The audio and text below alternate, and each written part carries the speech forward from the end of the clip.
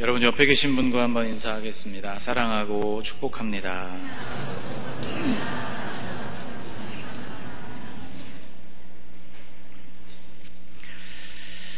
사울이 왕이 된 후에 그가 가장 많이 감당했던 일은 전쟁이었습니다. 사실 이스라엘 백성들이 왕을 요구하게 된 배경도 전쟁이라는 위협 요소가 작용했기 때문이죠. 백성들은 사무엘에게 이런 요구를 했습니다. 우리도 다른 나라들 같이 되어 우리의 왕이 우리를 다스리며 우리 앞에 나가서 우리의 싸움을 싸워야 할 것이니이다.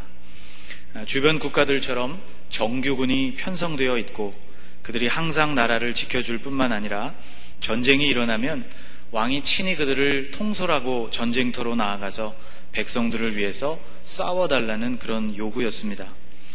사울이 왕이 된 이후에 그들의 요구와 같이 첫 번째로 그에게 주어졌던 임무가 바로 암몬 족속과의 전쟁이었습니다. 이후로도 사울은 수많은 전투를 치르게 되었고 그가 죽을 때조차 전쟁터에서 숨을 거두는 그런 사람이었습니다. 오늘 본문이 위치하고 있는 사무엘상 14장은 그 많은 전투들 중에서 특별히 블레셋과의 전쟁을 말씀하고 있습니다. 당시 이스라엘을 위협하던 주요한 세력 중에 하나가 바로 이스라엘의 서쪽 해안에 자리 잡고 있었던 블레셋이었습니다. 사실 이스라엘은 블레셋과 한두 번 전쟁한 것이 아니었고 아주 오랫동안 여러 차례 전쟁을 치루었는데 여러분이 잘 아시는 다윗과 골리앗의 이야기, 엘라 골짜기에서 소년과 용사가 싸우는 그 이야기가 속해 있는 본문도 이스라엘과 블레셋이 전쟁을 치르는 장면 그 한가운데 있는 사건이었습니다. 이 전쟁의 시작, 오늘 사무엘상 14장에서 말씀하고 있는 이 전쟁의 시작은 사무엘상 13장에서부터 시작되는 전쟁입니다. 그래서 13장과 14장을 모두 다 읽으면 좋겠지만 시간 관계상 다 읽지는 못하고 가운데 있는 부분만 봉독을 해드린 것입니다. 이 전쟁을 치르는 사울의 모습을 우리는 주의 깊게 살펴볼 필요가 있습니다. 그 중에서 사울에게 있어서 아주 중요한 장면들만을 몇 가지 여러분과 함께 생각해 보려고 합니다. 이 전쟁이 일어나게 되면서 실은 이스라엘은 블레셋의 위세에 눌려버리고 말았습니다. 왜냐하면 블레셋이 끌고 온 군대의 숫자가 엄청나게 많았기 때문이죠. 성경에 보면 블레셋이 이끌고 온 군대가 병거가 3만, 마병이 6천, 그리고 백성들은 해변의 모래와 같이 많았다고 기록합니다. 그럼 이스라엘 편에서는 몇 명이나 군사가 소집되어서 그 전쟁에 나갔느냐? 3,000명 정도가 고작이었습니다. 그래서 이스라엘 사람들은 그들에게 두려움이 임하고 도망을 치는 사람들조차 생겨나게 됩니다.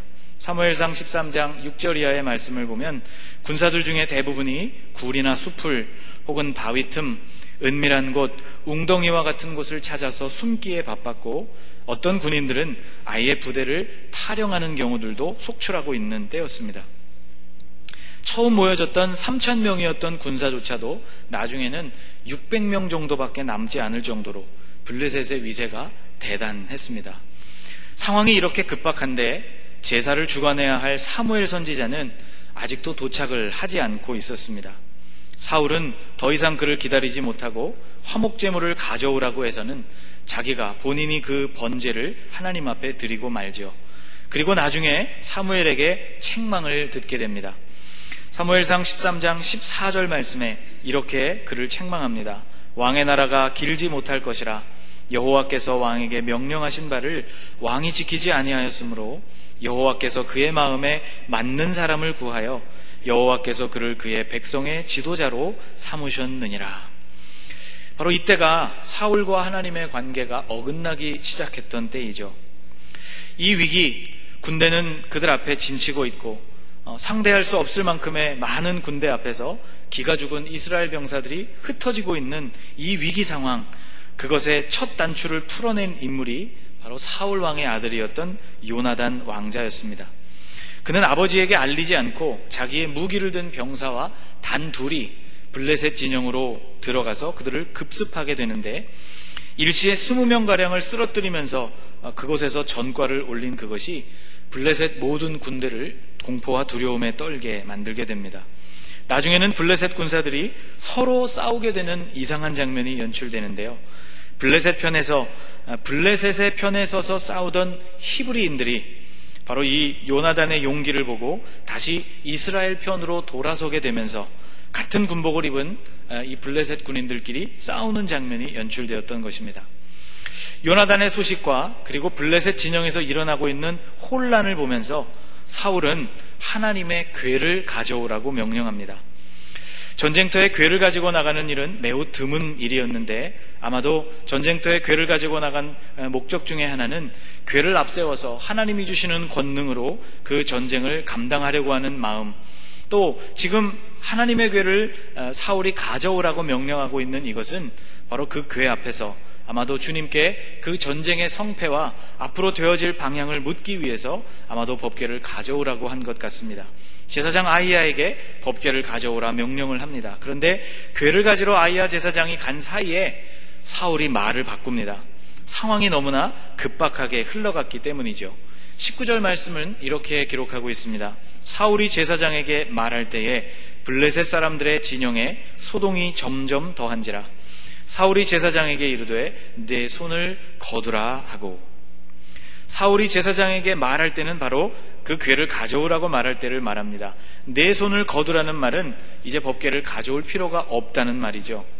궤를 가져올 겨를도 없이 사울은 총공격을 명령합니다. 블레셋이 도망친다는 말을 듣고 흩어졌던 2,400명의 사람들, 그리고 에브라임 산지로 도망쳤던 군사들이 다시 그 숨은 곳에서부터 나오게 되어서 군사 대열에 합류하게 되면서 그 전쟁을 싸우게 되는데, 드디어 이스라엘은 블레셋을 그들이 있던 본래의 곳인 서쪽 편으로 몰아내기를 시작했습니다. 23절 말씀을 보면 그때 상황을 이렇게 묘사합니다. 여호와께서 그날에 이스라엘을 구원하심으로 전쟁이 베다웬을 지나니라. 지금 이 전투가 일어난 곳은 믹마스라는 지역이었는데요. 그곳에서 약간 서쪽으로 떨어져 있는 베다웬을 지나기까지 서쪽 진영으로 그들을 계속해서 몰아냈다는 말씀입니다. 그날 하나님께서 그들에게 승리를 주신 것이었다고 23절이 증언하죠. 그날 그들이 얻은 승리는 그들 스스로 얻어낸 것이 아니라 하나님이 주신 승리였습니다. 사울은 그날 이 특별한 전쟁을 수행하면서 군사들에게 좀 특이한 명령을 내렸습니다. 그날 저녁까지 블레셋을 완전하게 무찌를 때까지 그들 중에 아무도 식물을 먹어서는 안 된다는 금식 명령이었습니다. 24절에 이렇게 기록되어 있습니다. 그날에 이스라엘 백성들이 피곤하였으니 이는 사울이 백성에게 맹세시켜 경계하여 이르기를 저녁 곧 내가 내 원수에게 보복하는 때까지 아무 음식물이든지 먹는 사람은 저주를 받을지어다 하였습니다. 그러므로 모든 백성이 음식물을 맛보지 못했다고 기록하고 있습니다. 헤어진 이 해이해진 군기강, 군사를 이탈하고 마음대로 숨어버린 이 군사들, 해이해져버린 그들의 군기강을 금식을 통해서 바로잡게 되고 마음을 한 마음으로 모아서 블레셋을 완전히 섬멸하기까지 먹지 말라는 그런 명령이었던 것이죠. 이날 이스라엘은 믹마스에서부터 출발해서 베다웬을 지나 훨씬 더 서쪽에 있는 아얄론까지 추적을 하게 되면서 블레셋을 물리치게 됩니다. 성과는 있었는데 그 거리가 상당히 멀었기 때문에 그 전쟁을 수행하는 군사들은 굉장히 배가 고팠고 지쳤습니다. 31절 말씀이 바로 그런 상황을 설명해 줍니다. 같이 한번 읽어볼까요?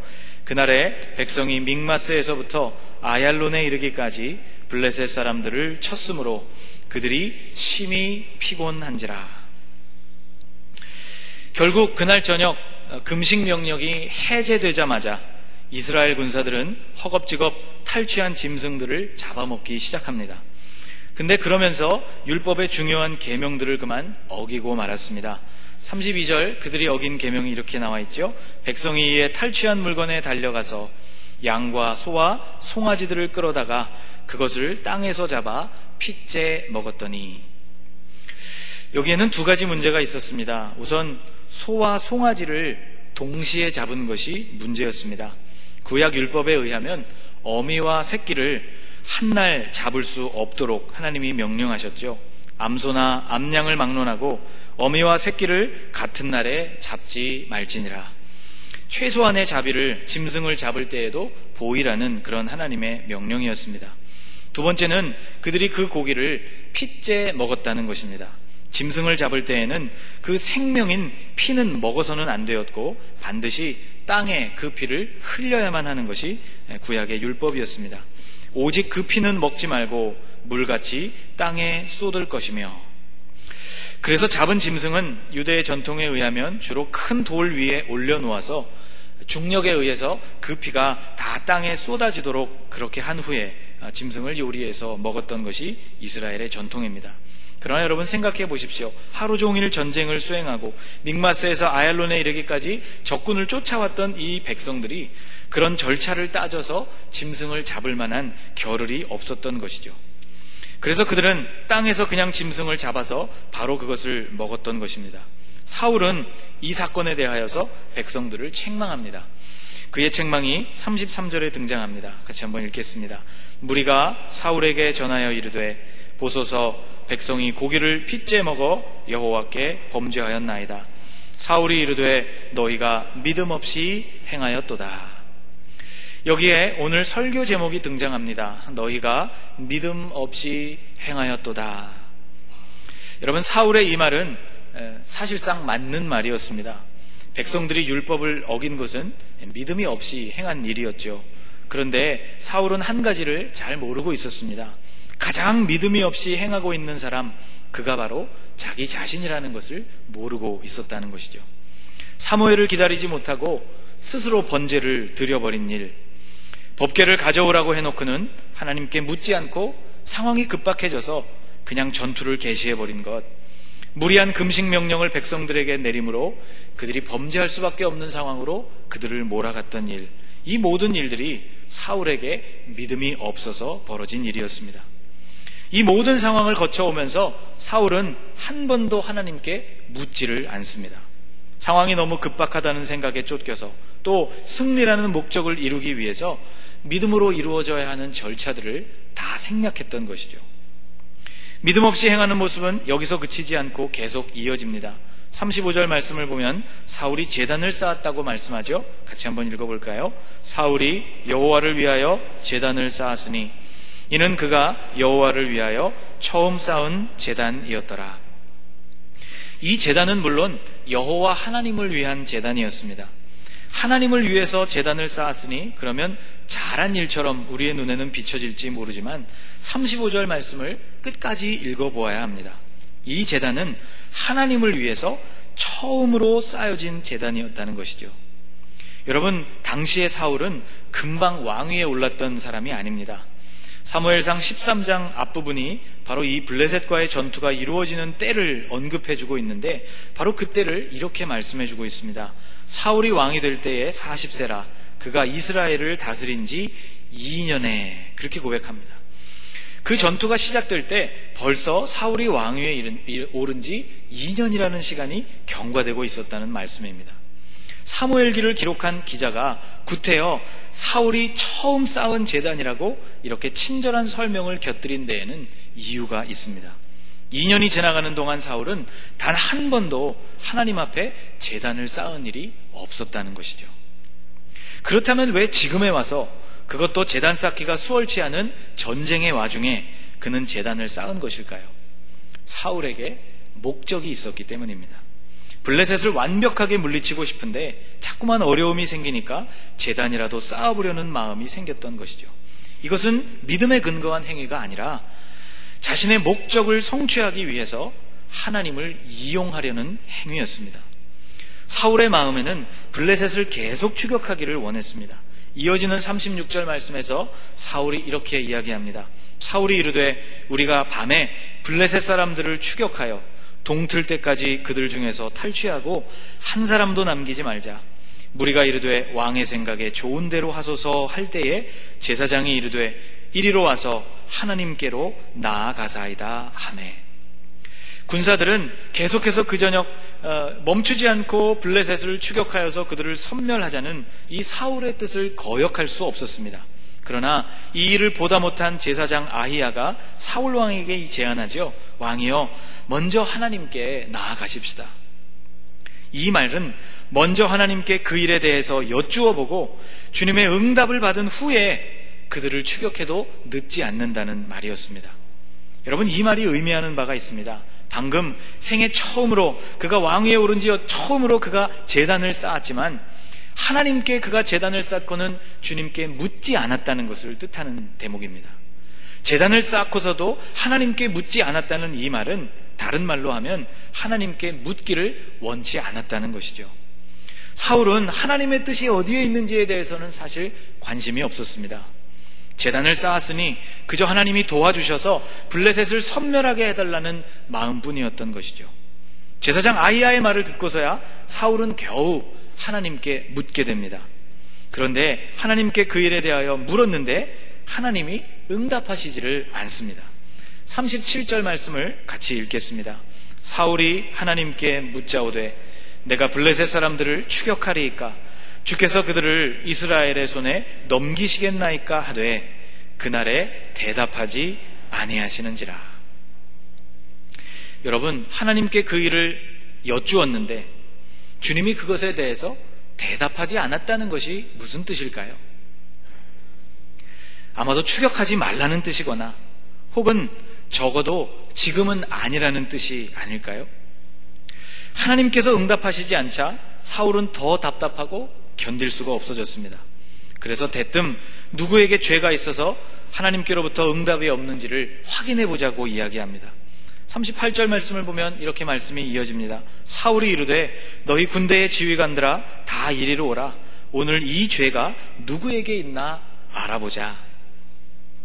여러분, 누군가에게 죄가 있어서 하나님이 응답을 하지 않으시는 것이라면 누구의 죄 때문이겠습니까?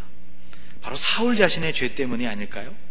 배고픔을 이기지 못하고 짐승을 핏째 잡아먹은 일보다 자신의 욕망을 이기지 못하고 하나님을 이용하고 조종하려고 한 이 사울의 죄가 훨씬 더 큰 죄였다는 것입니다.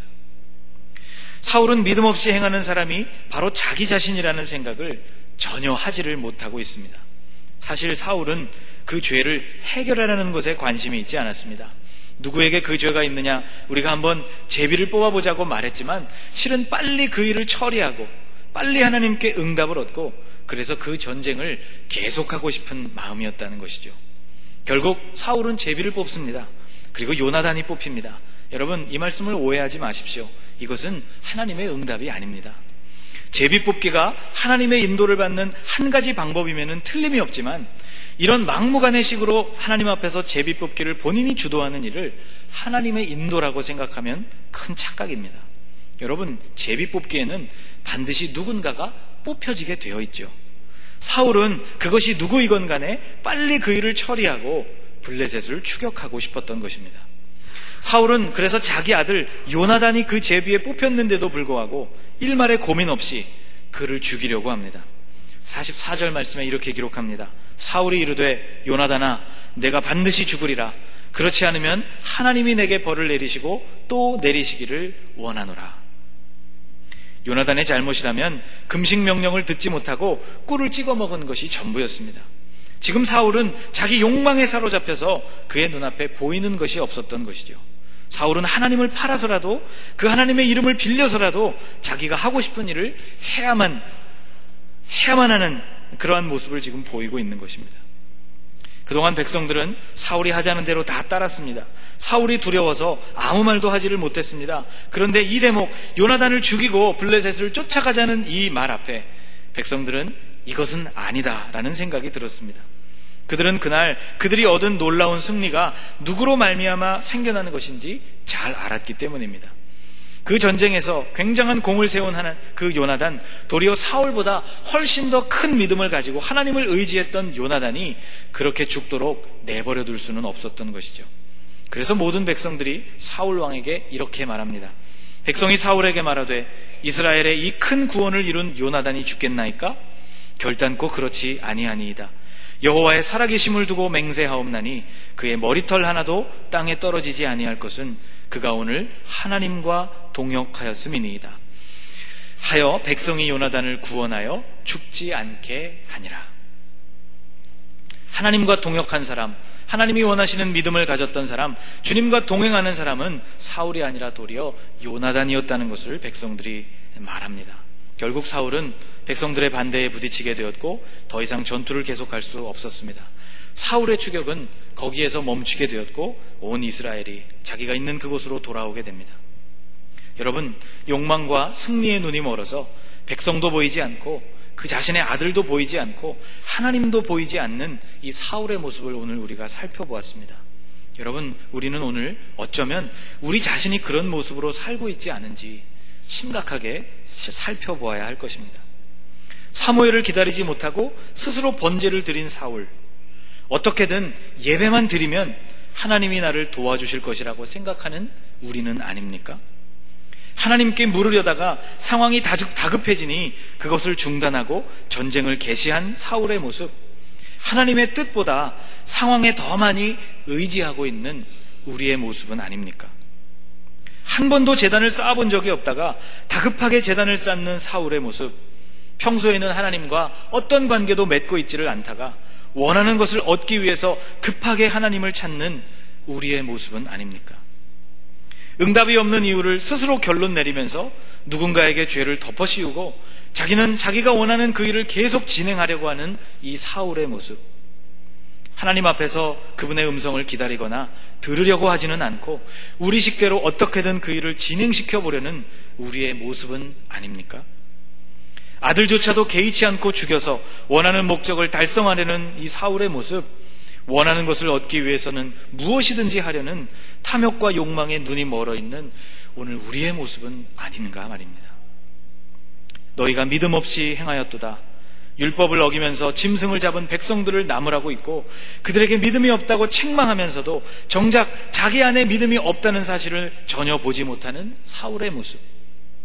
내 눈에는 대들보와 같이 큰 물건이 들어있는데도 다른 사람들의 눈에 있는 티를 지적하고 있는 오늘 우리의 모습은 아닙니까? 여러분, 오늘 우리는 회개해야 합니다. 구부러지지 않은 바른 믿음을 주님 앞에서 가져야 하는 것입니다. 내 욕심으로 신앙을 포장하는 일을 멈춰야 합니다. 주님 앞에서 진실로 묻고 그분 앞에서 우리는 들어야 합니다. 그리고 순종해야 합니다. 주님은 마지막 날 많은 사람들이 주님 앞에 서서 예수님께 이렇게 말할 것이라고 말씀하셨습니다. 그날에 많은 사람이 나더러 이르되 주여 주여 우리가 주의 이름으로 선지자 노릇하며 주의 이름으로 귀신을 쫓아내며 주의 이름으로 많은 권능을 행하지 아니하였나이까 하리니. 그런데 주님은 그들에게 이런 말씀을 대답하실 것이라 말씀하십니다. 그때에 내가 그들에게 밝히 말하되 내가 너희를 도무지 알지 못하니 불법을 행하는 자들아 내게서 떠나가라 하리라. 여러분, 이 말씀은 매우 두려운 말씀입니다. 무서운 말씀입니다. 우리 생각에는 믿음으로 행했다고 생각했던 그것이 주님께는 아닐 수 있기 때문입니다. 너희가 믿음 없이 행하였도다. 오늘 우리는 이 말을 다른 사람에게 할 것이 아니라 우리 자신에게, 우리 스스로에게 던져야 할 것입니다. 사랑하는 여러분, 오늘 깨달으시기를 바라고 회개하기를 바라고 우리가 다시 주님께로 돌이켜 청종하는 그 길로 다시 나아가실 수 있기를 바랍니다. 예레미야 말씀을 마지막으로 읽어드리고 같이 기도하겠습니다. 예레미야 10장 23절에 있는 말씀입니다. 여호와여, 내가 알거니와 사람의 길이 자신에게 있지 아니하니 걸음을 지도함이 걷는 자에게 있지 아니하니이다. 여러분, 우리의 걸음을 인도하시고 우리를 지도하시고 우리를 이끌어 가실 분은 바로 하나님이십니다. 우리 생각과 우리의 마음과 우리의 뜻으로 그것을 굽히려고 하거나 하나님을 우리의 마음의 소원을 이루는 수단으로 생각하려는 우리의 어리석음을 내려놓고 하나님께 다시 돌이키고 주의 음성을 청종하시는 저와 여러분들이 되시기를 주님의 이름으로 축복합니다. 우리 시간 합심해서 한번 기도하겠습니다. 여러분, 소리를 크게 내지 않으셔도 좋습니다. 오늘 말씀을 우리가 함께 묵상하면서 혹시 나에게도 사울과 같이 내 안에 믿음이 없으면서 하나님이 내가 원하는 일들을 이루어 주시기를 원하면서 하나님을 움직여 보려고 여러 가지 일들을 행한 그런 삶의 모습들이 있다면, 깨닫지 못한 그런 삶의 모습을 오늘 주님이 우리의 마음에 비추어 주시고 알게 해주셨다면 오늘 우리가 조용히 그것을 주님 앞에 고백하면서 하나님의 은혜와 긍휼을 구하십시다. 하나님, 내가 주님의 뜻에 순종하고 주님께 묻는 자가 되게 하여 주시옵소서. 주님을 밝히 듣고 순종하는 사람으로 살게 하여 주옵소서. 우리 그런 마음으로 결단하며 한번 기도하십시다. 살아계신 하나님 아버지, 우리 안에도 하나님 주님을 향하여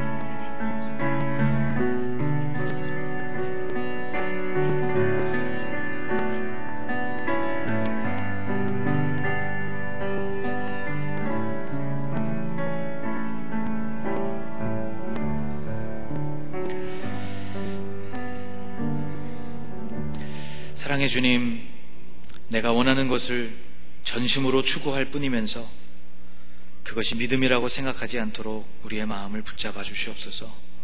원하는 것을 얻기 위해서 제단을 쌓을 뿐 하나님의 음성에 귀를 기울이지 않는 우리의 모습을 버리기 원합니다. 우리의 길과 걸음을 주님께 의탁하고 주님의 말씀을 청종하며 그 말씀 앞에 순종하는 자들이 되게 하옵소서. 하나님, 우리의 걸음을 지도하여 주시옵소서. 예수님의 이름으로 간절히 기도하옵나이다. 아멘.